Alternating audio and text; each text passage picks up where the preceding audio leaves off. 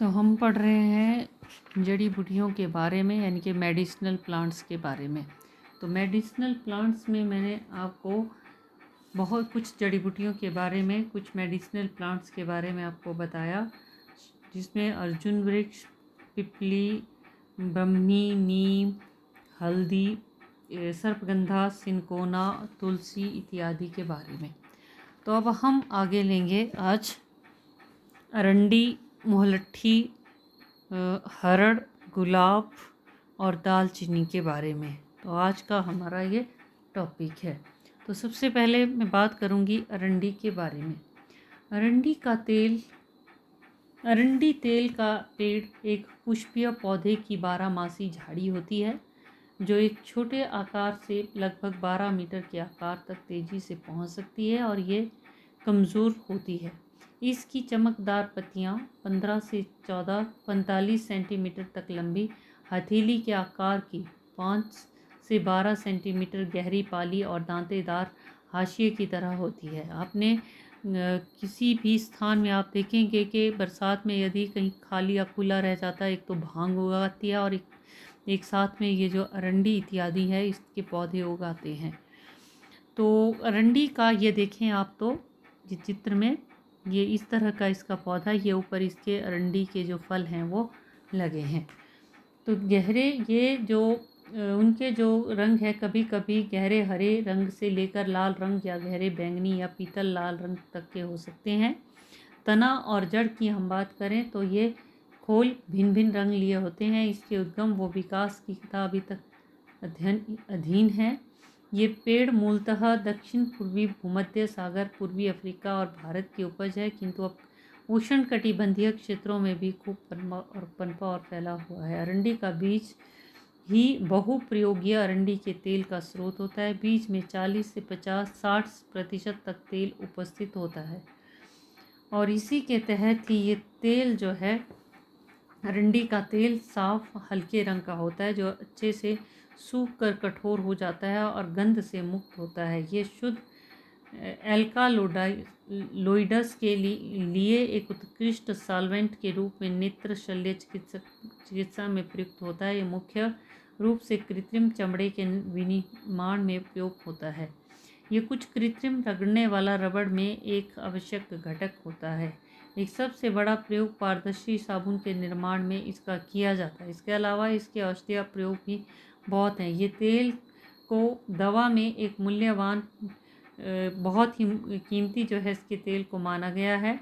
कब्ज दूर करता है, बच्चों और वृद्धों के लिए बहुत उपयोगी, पेट दर्द, दस्त में विशेष तौर पर बहुत काम आता है। अरंडी तेल बाह्य रूप में दाद, खुजली, विभिन्न रोगों के लिए भी बहुत ही उपयोगी है। इसके ताज़ा पत्तों को कैनरी द्वीप में नर्सिंग माताओं द्वारा एक बाहरी अनुप्रयोग के रूप में दूध का प्रवाह बढ़ाने के लिए प्रयोग किया जाता रहा है। तो ये बहुत ही एक कीमती पौधा जो है माना जाता है। अगली है मुलट्ठी, यष्टि मधु भी इसको कहा जाता है। यहाँ पर आप देखें, आपने देखा होगा जो मुलट्ठी है उसको इस तरह के इसके डंठल होते हैं। तो मुलट्ठी जो है ये एक झाड़ी नुमा पौधा होता है। इसका वैज्ञानिक नाम है ग्लीसी हरिजा रहीजा ग्लाब्र। इसे संस्कृत में मधु यष्टि या यष्टि मधु कहते हैं। इसमें गुलाबी और जामुनी रंग के फूल होते हैं। इसके फल चपटे और कांटे वाले, इसकी पत्तियां संयुक्त होती है। मूल जड़ों से छोटी छोटी जड़ें निकलती हैं और इसकी खेती पूरे भारतवर्ष में की जाती है। मुलट्ठी एक प्रसिद्ध और सर्वसुलभ जड़ी है। कांड और मूल मधुर होने से मुलट्ठी को यष्टि मधु भी कहा जाता है।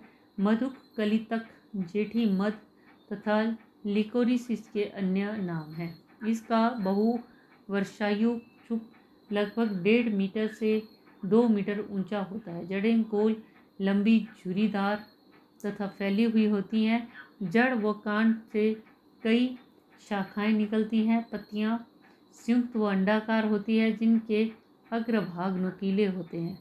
फली बारीक, छोटी, 2.5 सेंटीमीटर लंबी चपटी होती है, जिसमें 2 से लेकर 5 तक वृत्ताकार बीज होते हैं। तो मुलट्ठी जो है भारत में जम्मू कश्मीर, देहरादून, सहारनपुर तक इसे लगाने में सफलता मिली है। और इसी के साथ साथ बोटेनिकल सर्वे ऑफ इंडिया इस दिशा में मसूरी, देहरादून, फ्लोरा में इसे खोजने व उत्पन्न करने की ओर गतिशील है। तो इसके औषधीय गुण क्या है? आप देखते होंगे कि जब सर्दियाँ आती हैं तो खांसी लगती है, और कुछ लोगों को खांसी जो है काफ़ी दिन तक चलती रहती है, होती रहती है, और खांसते हुए भी सूखी खांसी या कफ वाली खांसी होते हुए छाती में दर्द होने लगता है। तो ये खांसी के लिए बहुत ही उपयोगी है। गले की खराश, उदर शूल, पेट के रोग के लिए, क्षय रोग के लिए, यानी कि टीबी के जो पेशेंट हैं, श्वास नली की सूजन तथा मिर्गी आदि के इलाज में बहुत उपयोगी मानी जाती है। मुलट्ठी का सेवन आँखों के लिए भी बहुत ही लाभकारी है। इसमें जीवाणु रोधी क्षमता पाई जाती है और शरीर के अंदरूनी चोटों में भी बहुत लाभदायक है। ये भारत में इसे पान आदि में डालकर प्रयोग किया जाता है। इतनी जो है ये कीमती है। इसके बाद लेंगे हम हरितकी या हरड़ के बारे में। हरितकी या हरड़, यहाँ पर भी आप देखें ये है हरड़, ठीक है। हरितकी या हरड़ बहुत ही बड़ा इसका वृक्ष होता है। भारत में विशेषतः निचले हिमालय क्षेत्र में रावी तट से लेकर पूर्व बंगाल, आसाम तक 5000 फीट की ऊंचाई पर पाया जाता है। हिंदी में इसे हरड़ और हर्रे भी कहते हैं। आयुर्वेद में इसे अमृता, प्राणदा, कायस्था, विजया, मेध्या आदि नामों से जाना जाता है। हरड़ का वृक्ष 60 से 80 फुट तक ऊंचा, इसकी छाल गहरे भूरे रंग की होती है। पत्ते आकार में वासा के पत्र के समान 7 से 20 सेंटीमीटर लंबे, 1.5 इंच चौड़े होते हैं। यहाँ पर भी आप देखें तो कितने इसके ये पत्ते जो हैं दिखाई दे रहे हैं, चौड़े जैसे के। तो इतने बड़े इसके ये पत्ते होते हैं। फूल छोटे, पीताभ श्वेत, लंबी मंजीरों में होते हैं। फल 1 से 3 इंच तक लंबे और अंडाकार होते हैं। यहाँ पर भी आप देखें तो ये फल कितने अंडाकार नज़र आ रहे हैं। तो इसके साथ साथ फल 1 से 3 इंच तक लंबे और अंडाकार, जिसके पृष्ठ भाग पर 5 रेखाएं होती हैं, नज़र आ रही होंगी आपको। देखिए, कच्चे फल हरे तथा पकने पर पीले धूमिल होते हैं। जब ये कच्चे होते हैं तो हरे, जब पक जाते हैं तो थोड़े हल्के से पीले। प्रत्येक फल में एक बीज होता है। अप्रैल मई में नए पल्ब आते हैं। फल शीतकाल में लगते हैं। पके फलों का संग्रह जनवरी से अप्रैल के मध्य किया जाता है। कहा जाता है कि हरितकी या हरड़ की 7 जातियाँ होती हैं, और 7 जातियाँ जो हैं वो विजया, रोहिणी, पूतना, अमृता, भया, जीवंती, चेतकी हैं। तो हरितकी को वैद्यों ने चिकित्सा साहित्य में बहुत अधिक सम्मान दिया है। आप देखें कि 3 जो विशेष तौर पर फल हैं, एक तो हो गया हरड़, दूसरा पहेड़ा, और तीसरा जो है आंवला, जिसको कि तीनों को कूटकर पीसकर जब इनको इकट्ठा किया जाता है तो इसके मिश्रण को त्रिफला कहा जाता है, और वो विभिन्न रोगों के लिए बहुत ही लाभदायक है।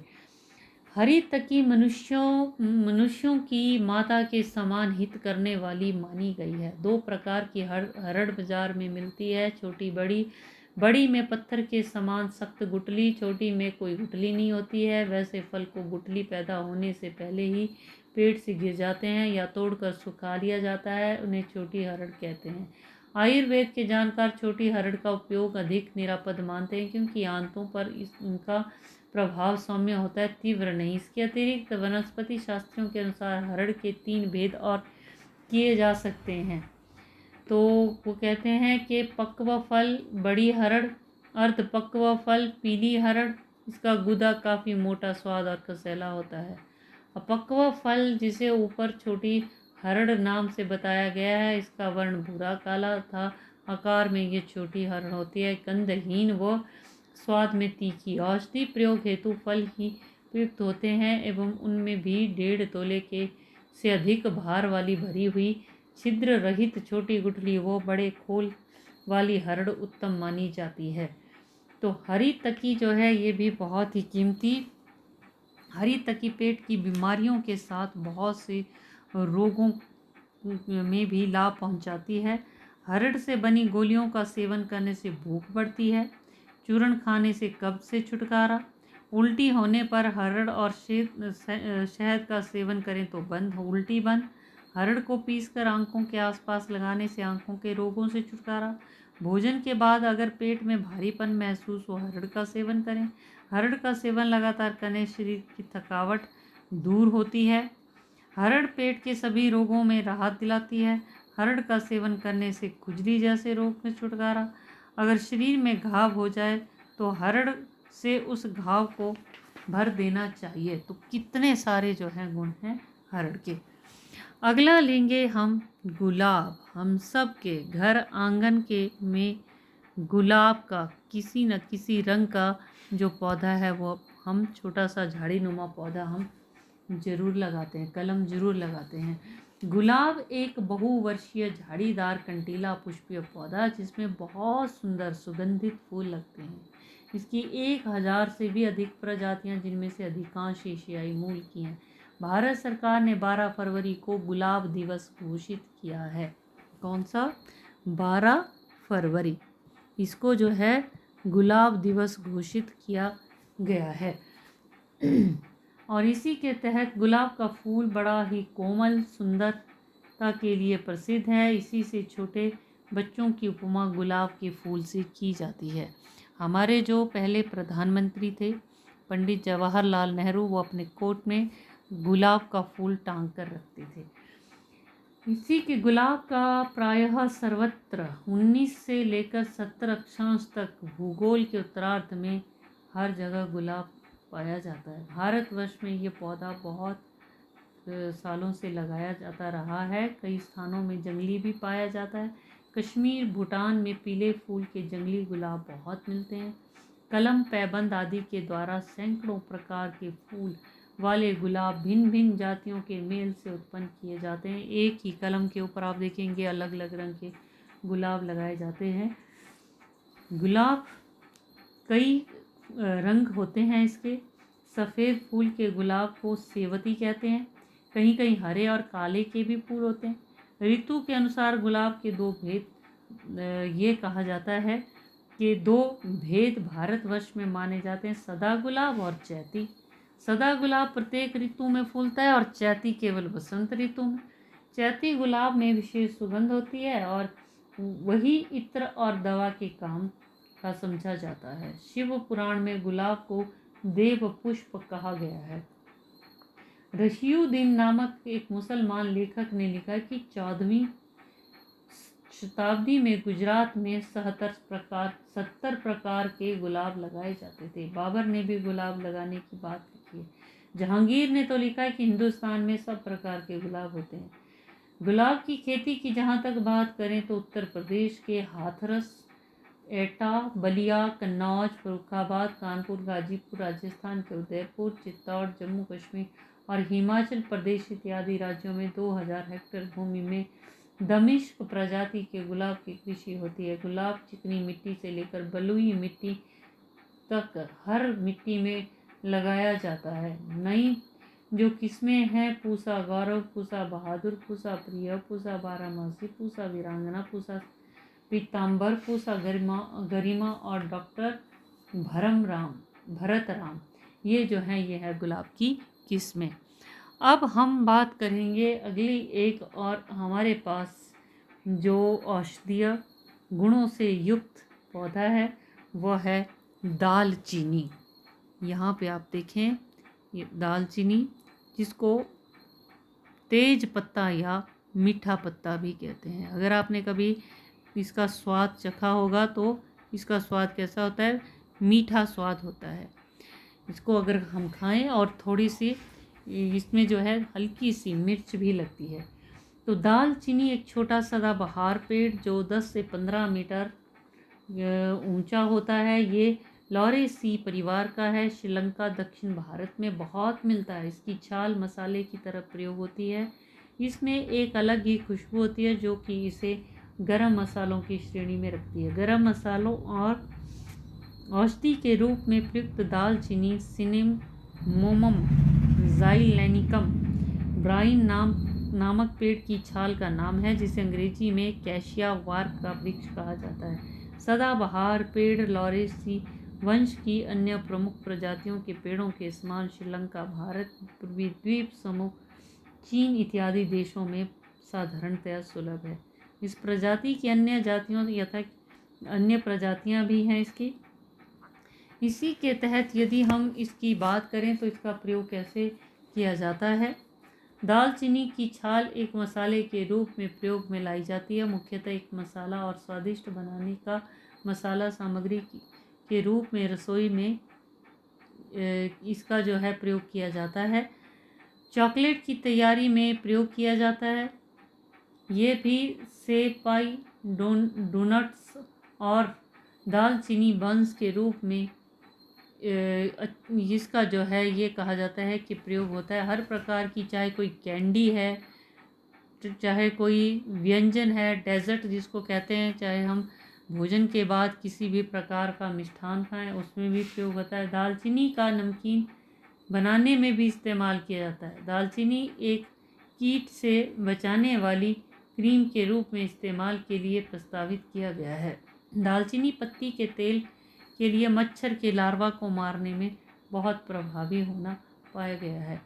तो इस तरह से दालचीनी में भी देखें आप बहुत सारे गुण हैं। मैं गुलाब की बात कर रही थी, तो गुलाब भी बहुत ही गुणकारी है। गुलाब में जैसे किसी को कब्ज रहती है तो सफ़ेद गुलाब की 1-2 पत्ती का काढ़ा अगर उसको पिला दिया जाए तो पेट जो है उसका हल्का हो जाता है। इसी के साथ साथ गुलाब, खासकर जो खुशबूदार गुलाब होते हैं, उनकी पत्तियों से अर्क निकाला जाता है और इत्र बनाया जाता है, जिसको कि हम परफ्यूम कहते हैं, वो तैयार किया जाता है। और भी गुलाब के बहुत सारे गुण हैं, देखने में तो इसकी खूबसूरती है ही। तो इतना ही, बाकी का हम अगले वीडियो में पढ़ेंगे।